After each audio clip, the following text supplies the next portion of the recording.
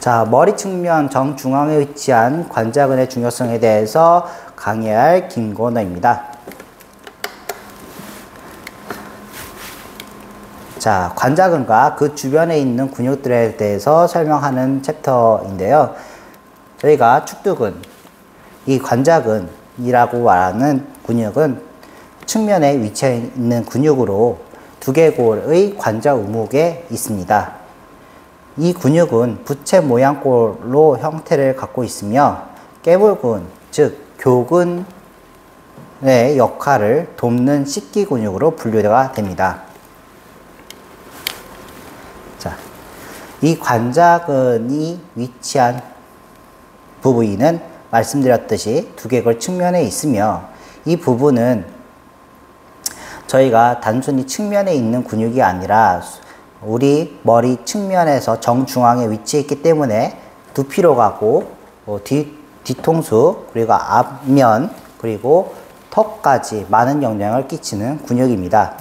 이 근육은 특히 아래턱뼈에 연결이 되어 있기 때문에 아래턱뼈에 근육돌기라는 부위에 부착이 되어 있으므로 거상을 돕습니다. 그렇기 때문에 이 측두근에 문제가 생길 경우에는 씻는 것에 많은 지장을 받을 수 있습니다.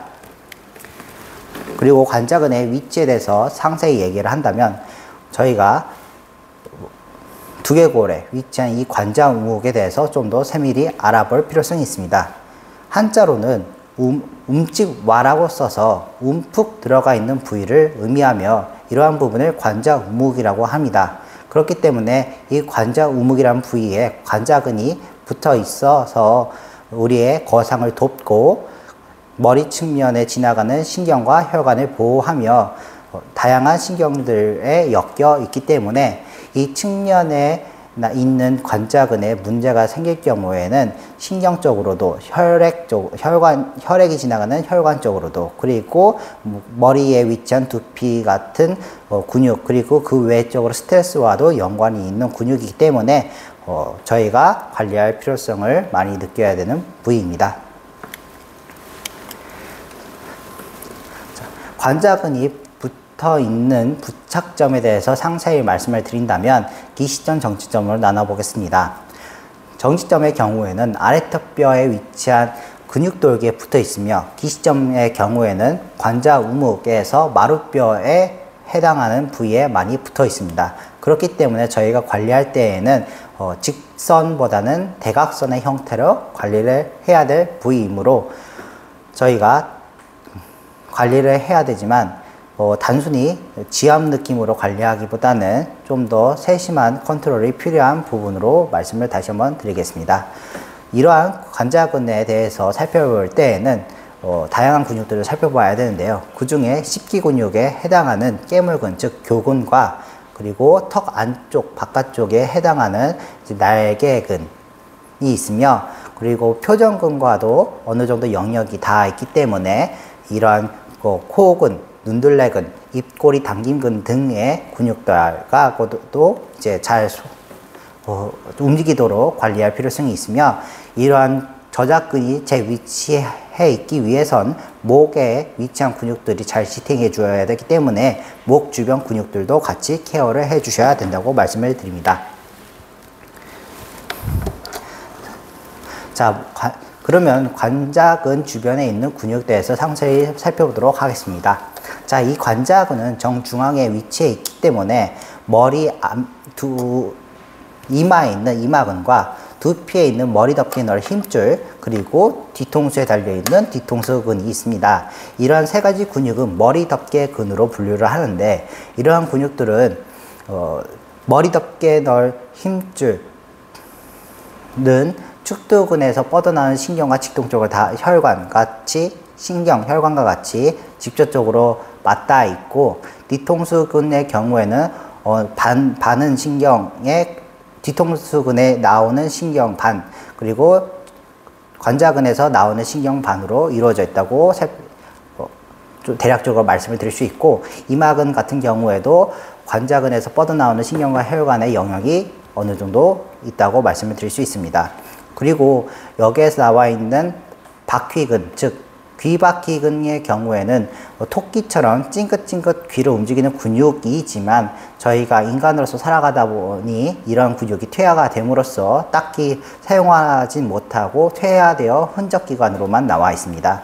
그렇기 때문에 이러한 근육은 관리 대상으로 딱 지정하기보다는 이러한 근육이 있다라는 정도만 알고 계시면 될 것 같고요. 그리고 관자근의 근육의 기능 중 저작근, 즉 씹는 근육에 해당되는 깨물근도 이 기능에 문제가 생길 경우 축두근에 영향을 주기 때문에 축두근 관리와 깨물근 관리는 같이 병행되어야 합니다. 그렇기 때문에 단순히 축두근만 관리할 것이 아니라 깨물근의 관리를 도와서 서로의 소통을 잘 흐를 수 있도록 관리해 주는 것에 포인트를 두면 좋을 것 같습니다.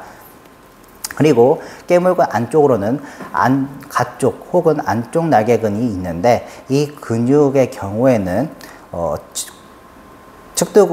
관자근으로 흘러 들어가야 될 신경전달 물질과 혈액에 많은 지분을 갖고 있는 근육으로 직접적인 대상으로 관리하기 힘들지만 반드시 알고 가야 될 근육이 됩니다.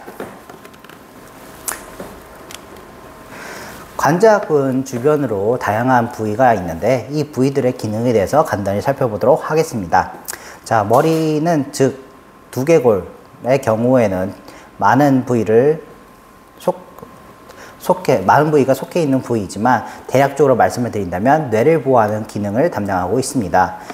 그렇기 때문에 보호의 기능을 갖고 있고 눈의 경우에는 시각, 코의 경우에는 후각, 귀의 경우에는 청각, 그리고 씹는 기능을 담당하고 있는 씹기 기능과 말하기 기능, 그리고 이러한 씹기 기능을 보조하는 음식물 담는 기능을 갖고 있습니다. 이러한 기능들이 축두근의 기능이 떨어지게 되면 단순히 이 기능들이 영향을 받지 않는 것이 아니라 조금씩 영향을 받으면서 좋지 못한 악순환의 순환으로 들어가게 됨으로써 저희 인체에 많은 영향을 끼치게 되기 때문에 우리는 이러한 기능들이 잘 움직이고 있는지를 살펴보면서 이 축두근의 관리를 할 때 상태를 살펴보는 지표가 된다고 생각하여 이미지를 넣어보았습니다. 자, 이러한 관자근과 연관이 있는 신경에 대해서 간단히 말씀을 드릴 건데요. 그 중에 대표적으로 3차 신경과 얼굴 신경이 있습니다. 자, 관자근의 제5뇌 신경으로 3차 신경이 있는데 이 3차 신경의 경우에는 아래턱, 윗턱 신경의 영역을 많이 차지하고 있으며 이런 관자근의 기능이 떨어지게 될 경우 눈신경 영역까지 뻗어나갈 수 있다는 가능성을 염두에 두고 말씀을 드리도록 하겠습니다. 또한 이러한 관자근의 기능이 떨어지기 위한 조건 중 하나는 목의 기능이 떨어져 있을 때의 상태에도 또한 얘기를 해볼 수가 있기 때문에 목신경과 그리고 목신경을 타고 올라가는 두피신경의 영역까지도 한번 간단하게 이미지를 통해서 살펴볼 거고요. 이 3차 신경의 경우에는 얼굴 감각 및 일부 근육의 운동을 담당하는 신경으로 3개의 분지로 이루어져 있기 때문에 3차 신경입니다. 3개의 분지를 가지고 있는 신경으로 이야기를 말씀드리고요. 이런 신경들을 세분화해서 다시 살펴본다면 눈신경은 감각신경에 해당이 되고 윗턱신경 또한 감각신경에 해당되지만 아래턱 신경의 경우에는 운동 혹은 감각신경 이런 두 가지 신경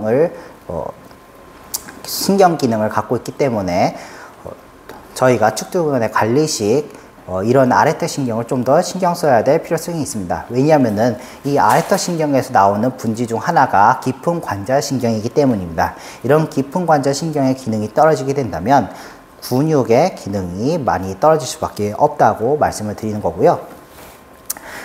이러한 3차 신경의 경우에는 단순히 이러한 위치에 있다라기보다는 이 신경이 잘 뻗어나가는지 그리고 신경전달 물질을 잘 흐를 수 있는 상태인지를 살펴보는 것이 키포인트입니다. 그렇기 때문에 이 관자근은 앞서 말했던 깊은 관자신경을 통해서 아래턱 신경의 지배를 받는다라고 말씀을 드릴 수 있다고 생각합니다. 자, 이런 아래턱 신경은 단순히 아래턱 신경에서 나온다라는 이야기로 끝날 것이 아니라 우리가 살펴볼, 관찰할 필요성이 있다 생각한다면 어떤 지표로 살펴봐야 될지를 연구를 해봐야 된다 생각해요. 이런 이미지를 갖고 와봤는데요. 그 중에 하나는 귀의 상태입니다. 우리가 귀의 상태를 단순히 그냥 귀가 멀쩡하네 수준이 아니라 감각적 그리고 청각의 기능이 회복되어 있는지, 그리고 귀가 각질이 생기지 않고 혈액 흐름을 통해서 제대로 윤기가 나는 피부인지, 이런 다양한 상태를 보는 것이 지표가 된다고 생각합니다. 그렇기 때문에 여기에 보시면은 대이륜각과 주상화, 이 부분이 우리 아래턱 신경의 지배를 받고 있는 부분입니다. 그렇기 때문에 이 부분의 감각이 둔해져 있으면 아래턱 신경의 흐름이 원활하지 않다고 유추해 볼 수가 있는 거죠. 그리고 또한 이 귀의 상단 부분은 목신경 얼기가지의 지배 영역을 많이 받는데, 즉 경신경총에 뻗어나오는 신경들이 신경 전달 물질을 제대로 전달하지 못하게 될 경우 귀의 감각 또한 떨어진다고 볼 수 있죠. 그러면은 이제 귀에 세분화되어 있는 감각신경에 대해서는 후에 다시 살펴보겠지만은, 앞서 말씀을 드린다면, 즉 우리 측두근은 아래턱뼈에 나오는 신경분지와 그리고 위턱뼈에서 나오는 신경분지, 그리고 목에서 나오는 신경가지들이 많은 영향을 줌으로써 우리는 측두근의 관리는 목의 관리가 병행되어야 된다라는 것을 간접적으로 볼 수가 있다고 생각하여 이미지를 놓아봤습니다. 자, 앞서 말했던 귀의 신경분지에 대해서 상세히 말씀을 드린다면 이런 모양을 갖고 있습니다. 즉 얕은 관자가지의 경우에는 앞서 말했던 3차 신경, 귓바퀴 관자신경에 해당되는 가지 중 하나로 우리가 측두근으로 뻗어나가는 걸 이미지를 통해서 볼 수가 있습니다. 근데 이 부위는 우리 귀 바깥쪽 바로 측면에 위치한 혈관이 지나가는 부위이기도 하기 때문에, 이런 부위가 긴장도가 높게 된다면 근육의 긴장도가 높아짐에 따라 측두근의 긴장도도 같이 올라갈 수밖에 없는 거죠. 그렇게 되면 신경전달물질과 혈액의 흐름이 감소가 되고 근육의 긴장도가 상승되며 귀 주변으로 흘러들어갈 혈액도 같이 감소되는 것을 살펴볼 수가 있다라고 간단하게 말씀을 드리고요. 이러한 귀의 기관 부위들을 살펴볼 때 미주신경의 영역에 대해서 한번 초점을 맞춰볼 필요성이 있습니다. 왜냐하면은 우리가 측두근은 단순히 감각 기능이 떨어져서 그래가 아니라 이 주변에 있는 근육과 신경들의 소통이 원활하지 않게 되면 미주신경에도 영향을 끼친다라는 포인트죠. 그렇기 때문에 측두근의 관리는 미주신경과도 간접적으로, 물론 이런 기능이 반드시 영향을 받는다라고 말씀을 드리기에는 어렵지만, 감안을 한다면 우리는 이런 부분을 알고 있어야 된다고 생각하여 이미지를 넣어봤고요. 우리가 여기에서 한 번 더 살펴야 될 부분은 미주신경의 지배 영역과 귓바퀴 관자신경 중 이제 얕은 관자가지입니다. 이러한 얕은 관자가지의 경우에는 관자근의 심층보다는 말 그대로 얕은, 즉 천층에 위치한 그 관자 근막을 타고 올라갑니다. 그렇기 때문에 가볍게 이제 천층이 있기 때문에 가볍게 컨트롤해도 영향을 주며, 우리가 이런 얕은 과지를 관리할 때는 약한 힘이 필요하고 심층에 있는 것은 강하게 필요하다는 이제 포인트만 잘 기억해 두시면, 이런 귀 부위가 이렇고 측두근의 연관성은 이렇고 측두근이 잘 케어가 되려면 목도 턱도 같이 관리가 되어야 되는구나 라는 것을 시사한 거였습니다. 자, 왜냐하면은 이 측두근의 영역은 단순히 턱, 목 이렇게 딱 깔끔하게 끝나지는 않습니다. 왜냐하면은 이 3차 신경의 영역은 머리, 즉 두피에 해당되는 부위까지 올라오기 때문입니다. 이 부위는 두피 아래쪽에는 모상건막, 즉 머리 덮개 넣을 힘줄이라는 부위가 위치해 있기 때문에 우리가 모발 건강을 생각한다면 이러한 다양한 3차 신경의 기능에 대해서도 살펴볼 필요성이 있다고 생각하여 이렇게 이미지를 넣어봤고요. 신경이 지나가는 길은 대부분 혈관도 같이 지나가기 때문에 혈액의 흐름과 신경절대 물질의 흐름은 거의 비슷하다라고 말씀을 드릴 수 있습니다. 이러한 전제로 말씀을 드린다면 이 관자근에 위치한 3차 신경 또한 두피에 영향을 준다라고 간접적으로 말씀을 드릴 수 있고요. 그 중에 앞서 계속 말씀드렸던 귓바퀴 관자 신경이 그 핵심이 됩니다. 이 3차 신경, 즉 아래턱 신경의 분지에서 나오는 이 귓바퀴 신경은 앞서 말했던 관자 가지에 해당되므로 이런 부위를 같이 이제 케어를 해줘야 되며, 이 신경 경우에는 후두근에서 해서 나오는 목에서 나오는 이제 신경들도 같이 컨트롤 해주면 더욱 좋다고 생각됩니다. 자, 이런 3차 신경 외적으로 얼굴 신경 또한 관자근에 영향을 많이 받습니다. 이 얼굴 신경의 경우에는 운동성을 많이 담당하고 있는데, 그 중에 관자가지에 해당되는 얼굴 신경은 관자근에 많은 지배력을 행사합니다. 그렇기 때문에 우리가 3차 신경은 감각을 담당한다면 얼굴 신경은 운동신경을 담당한다고 생각하시면 편할 것 같고요.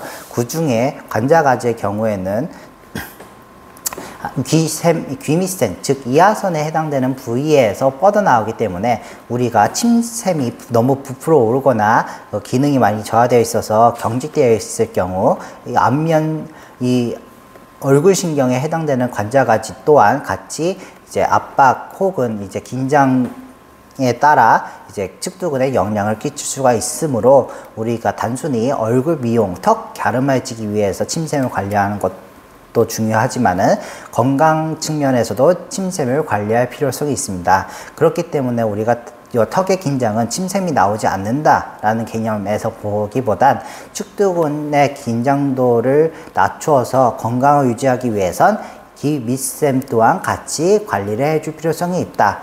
왜냐하면은 이 귀밑샘은 소화기관의 첫 스타트인 침을 분비하여 소화를 돕는 거기 때문에 우리가 이 귀밑샘 는 측두근과 뗄래야 뗄 수 없다고 간접적으로 말 수가 있습니다. 그렇기 때문에 우리는 이러한 얼굴 신경의 분지를 여러 가지를 살펴볼 때는 관자간지와 귀밑샘을 꼭 알고 계셔야 될 것 같아 이미지를 넣어봤고요.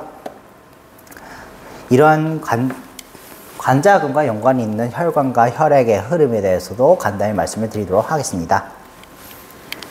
앞서 말했던 얕은 관자 가지 주변으로 뻗어 올라오는 혈관은 얕은 관자 정맥과 얕은 관자 동맥이 있습니다.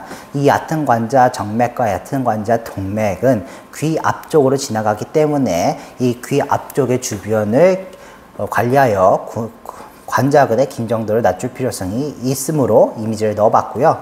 이러한 얕은 관자 또한 있다면 깊은 관자 혈관이 있겠죠. 그렇기 때문에 깊은 관자 동맥과 깊은 관자 정맥에 대해서도 간단히 이야기하도록 하겠습니다.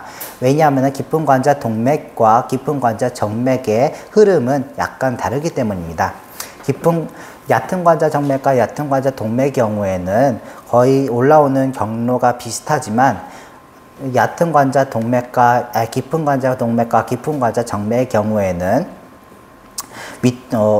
살짝 다릅니다. 왜냐하면 위턱 동맥이라는 혈관을 타고 깊은 관자 동맥으로 들어가기 때문에 좀 원포인트의 느낌이 들지만, 깊은 관자 정맥의 경우에는 날개근 정맥얼기라는 부위가 어느 정도 규모가 있는 확장된 혈관이기 때문에 이러한 좀 많은 혈관의 분포도가 있습니다. 그러므로 우리가 관리를 할 때에는 이러한 기능들, 이런 분포들도 간단히 살펴봐야 이런 부분이 혈액의 흐름이 어떻게 진행이 되는구나 라는 것을 알면서 관리하면 좀 더 좋은 테크닉을 활용할 수가 있다고 생각하여 이미지를 넣어봤고요. 우리가 이런 것을 좀 더 깊이 이해하기 위해서 이미지를 정리해 보았습니다. 자, 목에서 올라오는 목동맥, 즉 후두 주변에 위치한 목동맥, 경동맥 경우에는 피부 천층으로 들어가는 이제 동맥과 턱 아래쪽으로 흘러 들어가는 동맥이 있습니다. 그 중에 이제 바깥 목동맥을 타고 깊은 관자 동맥을 들어가기 위한 중간 골목이 있는데, 그 중간 골목에 위치한 위인두 수축근이라는 근육이 있습니다. 이 근육 위에 깊은 관자 동맥과 얕은 관자 동맥, 이 동맥에 영향을 주기 쉬운 위치에 이 근육이 있기 때문에 이 근육의 긴장도가 상승될 경우 관자근에 들어가야 될 혈액과 신경 전달 물질의 흐름이 이제 저하될 수밖에 없으므로 우리는 이러한 이 위인두 수축근의 위치가 어디인지를 살펴볼 필요성이 있습니다. 물론 단순히 이 근육이 있다라고 하기보다는 이 위인두 수축근 가운데 혈관이 있고, 그 바깥쪽에는 앞서 말씀드렸던 날개근, 바깥쪽 날개근이 샌드위치처럼 감싸고 있기 때문에 이 두 가지 근육이 긴장이 많이 상승되어 있으면 목에서 깊은 관자 동맥으로 들어갈 신경과 혈관이 압박되어 신경 전달 물질의 흐름, 혈액의 흐름이 저하될 수밖에 없으므로 이 근육의 위치와 긴장도가 어떠한지를 같이 살펴보면서 케어하면 가장 좋을 것 같아 이미지를 넣어봤고요. 동맥과 정맥의 이러한 영역이 확실히 차이 나는 걸 확인해 두시면 좀 더 좋은 테크닉을 할 수 있을 것 같아 이미지를 넣어보았습니다. 자, 이 이미지를 단순화시켜 그림을 넣어봤고요. 우리가 귀 밑샘 안쪽에는 얼굴신경, 안쪽이라기보다는 둘러싸고 있다는 느낌으로 이미지를 넣어봤는데, 즉 귀 밑샘에는 얼굴신경과 맞닿아 있고, 이 얼굴신경의 영역이 깨물근, 즉 관자근 같은 깨물근, 교근 혹은 관자근, 측두근의 영역에 이제 속해 있으며, 이러한 근육이 긴장되거나 귀밑샘의 기능이 떨어져서 이제 좀 침샘이 제대로 분비되지 못하고 이제 크기가 커지는 상태가 된다면, 이 안쪽에 있는 동맥, 정맥, 즉 얕은 관자 정맥과 얕은 관자 동맥, 이런 혈관들이 압박됨으로 기능을 퇴화시킬 수밖에 없는 상황이 만들어지지 않게끔 우리가 관리할 필요성이 있다라는 것을 강조하기 위한 그림이었습니다. 두 번째로는 똑같이 깨물근 관자근에서 시작이 된다면 뼈 안쪽으로 깊은 관자신경이 지나가고 있습니다. 이러한 뼈는 단순히 이렇게 있다라기보다는 이 아래턱뼈의 경우에는 가동성이 있기 때문에 잘 움직임으로 깊은 관자신경에 영향을 끼칠 수가 있습니다. 무조건 압박이란 개념보다는 영향을 끼칠 수 있다라는 가능성을 두고 우리는 깨물근의 기능, 관자근의 기능을 잘 소통시키기 위해서 긴장도를 낮추면 아래턱뼈는 제 위치에 있을 수 있고, 그러므로 깊은 관자신경은 영향을 받지 않으므로 안쪽에 있는 안쪽 날개근과 위인두 수축근의 영향이 제 위치에서 본인의 역할을 할 수 있게끔 놔둔다면 동맥, 정맥의 흐름 또한 잘 흐르리라 라는 것을 말씀드리기 위한 예시 이미지를 이렇게 그려와 왔습니다. 참고하시면 도움이 될 것 같습니다. 이러한 관자근에 연관이 있는, 즉 관자근을 관리하기 위해서는 다양한 테크닉이 필요를 하는데, 그 중에 대표적으로 우리가 쉽게 알아볼 수 있는 혈자리 3가지를 한번 소개하도록 하겠습니다. 소개하기 전에는 우리가 통증 영역에 대해서 한번 살펴볼 필요성이 있는데, 그 중에 우리가 이제 방사통이라고 표현하기도 하고 이제 편두통이라도 표현하는 다양한 통증들이 머리에는 있습니다. 그 중에 치아 통증이나 이제 편두통, 그리고 눈 주변에 있는 통증, 안구 자체 통증보다는 눈 주변에 있는 근육의 긴장도에 따라서 이제 불편한 기시감을 이제 이렇게 그림을 통해서 말씀을 드리게 되었고요. 그 중에 이제 귀의 영역은 대부분 그 관자근 영역보다는 교근의 영역에 해당되므로 좀 더 한번 이렇게 교근이란 그 깨물근의 영역을 간단하게 소개해 보았습니다. 자, 이러한 방사통에 대해서 영역을 이렇게 이미지화 시켜 봤는데요. 우리가 앞니에 해당되는 부위가 눈 주변에 있는 근육과 연관이 있고, 그리고 두 번째, 세 번째에 해당되는 치아의 경우에는 이제 머리 측면 상단 쪽으로 올라오는 통증, 그리고 그 외에 나머지 치아의 경우에는 마루뼈 쪽으로 뻗어나오는 이제 통증, 즉 편두통이라는 형태로 나타난다고도 말씀을 합니다. 그리고 마지막으로는 귀의 대이륜각 주변으로 나와서 후두골 쪽으로 뻗어나오는 이제 마지막 방사통의 종류가 있는데요. 이러한 부위는 다른 분들도 많이 언급해서 그거에 대해서 좀 더 이미지를 시각화하여 좀 이해를 돕기 위한 이미지를 갖고 와봤습니다. 그렇기 때문에 우리가 단순히 축두근은 그냥 축두근의 영역에서 관리하는 것이 아니라 눈, 그리고 치아에 연결이 되어 있다. 즉 이러한 방사통은 결국 무엇과 맞닿아 있다? 3차 신경과 맞닿아 있다는 것을 우리가 간접적으로도 계속 알아볼 수가 있습니다. 이런 방사통의 종류들은 이렇게 세 가지로 나뉘어진다면 그와 연관되어 있는 근육들은 다양합니다. 그렇기 때문에 우리가 이 근육들을 전부 다 관리를 하기 어렵다면은 축두근의 관리를 통해서 좀 더 긴장도를 낮추게 된다면 어깨 그리고 목도 같이 긴장도를 낮출 수 있음을 좀 더 알아볼 수가 있었던 거고요. 그리고 치아 통증도 단순히 우리가 치아 신경에 문제가 있다라기보다는 이러한 형태의 통증들도 연관이 있으므로 우리는 미용적인 면에서 축두근, 그리고 모발적인 측면에서 관자근을 관리하는 것도 중요하지만 이런 우리 건강을 위한 관리도 축두근에 많은 관리를 투자를 해야 된다라는 걸 말씀드리고 싶었던 거였습니다. 자, 이러한 축두근, 즉 관자근을 가로지르는 경락 중 두 가지 경락이 있는데 족소양담경과 수소양삼초경이 있습니다. 이 수소양삼초경 경우에는 귓바퀴를 따라 돌아오기 때문에 관리를 할 때에는 귀 주변의 긴장도도 낮출 필요성이 있다고 시사하는 바이고요.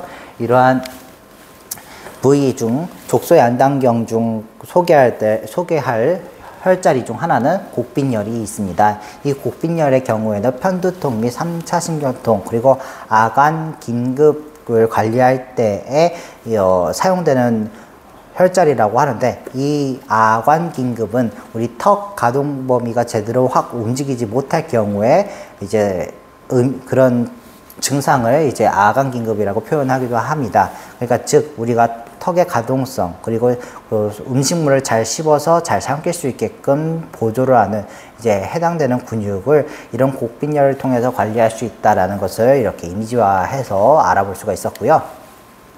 그리고 화류혈의 경우에는 이명과 같은 증상들의 연관이 있고, 그리고 귀는 앞서 말씀드렸던 미주신경과 연관이 있기 때문에 우리가 화류혈을 통해서 관리를 하면 소화 과정에도 영향을 간단하게 끼칠 수 있다.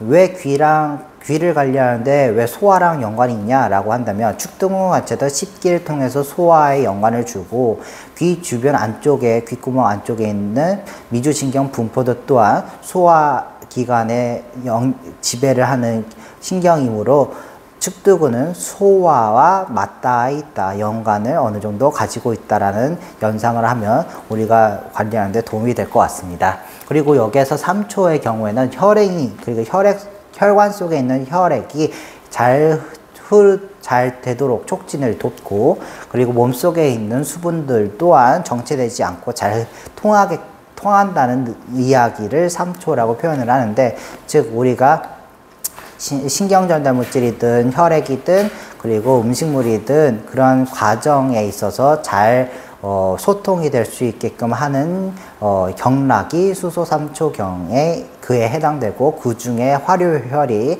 우리가 대표적으로 측두근에서 볼 수 있는 혈자리다라는 것을 말씀을 드리게 되었습니다. 그리고 그 외에 우리가 경외기혈이라고 하는 혈자리 중 두경혈에 해당한 태양혈이 있습니다. 죄송합니다. 이 태양혈의 위치는 여기가 아니라 우리가 관자놀이라고 해당되는 이 부위입니다. 죄송합니다. 여기에 관자놀이에 해당되는 태양혈의 경우에는 편두통, 눈의 충혈 및 붓기, 그리고 3차 신경통과 연관이 있는 혈자리이기 때문에 우리가 과하게 씻거나 얼굴에 힘을 주게 된다면 오목하게 튀어나오는 부분이 우리가 태양혈 자리라고 이제 간단하게 소개를 드릴 수가 있으므로, 우리가 관리할 때는 이 튀어나오는 부위, 태양혈과 그리고 우리가 귀의 내측으로 있는 부위에 귓바퀴 신경, 관자신경까지 그런 신경들이 지나가는 해당되는 그 부위, 그리고 혈관이 얕은 관자 정맥과 얕은 관자 동맥이 잘 흐르도록 관리할 수 있는 그 키포인트는 화류혈이라고도 한번 이야기를 해보고요. 그리고 마지막으로 곡빈혈, 혈관이 지나가는 자리는 아니지만 우리가 남자의 경우에는 옆머리가 거의 눈 쪽으로 있는 방향에 끝나는 지점, 그 부위가 곡빈혈이라고도 말씀을 드릴 수가 있는데, 이 부분을 같이 관리해줘서 측두근의 긴장도를 낮춰 이제 통증을 간접적이나마 감소를 하는 방향으로 관리를 해주는 것이 이제 우리가 이번에 배웠던 3가지 혈자리입니다. 이러한 혈자리를 통해서 다양한 관리법들은 여러분께서 잘 알고 계시지만, 이러한 혈자리를 활용하여 좀 더 나은 관리법이 되었으면 하는 마음으로 넣어봤습니다. 예, 강의는 여기까지고요. 다음에 볼 수 있으면 잘 부탁드리도록 하겠습니다. 감사합니다. 32분 꺼졌나요?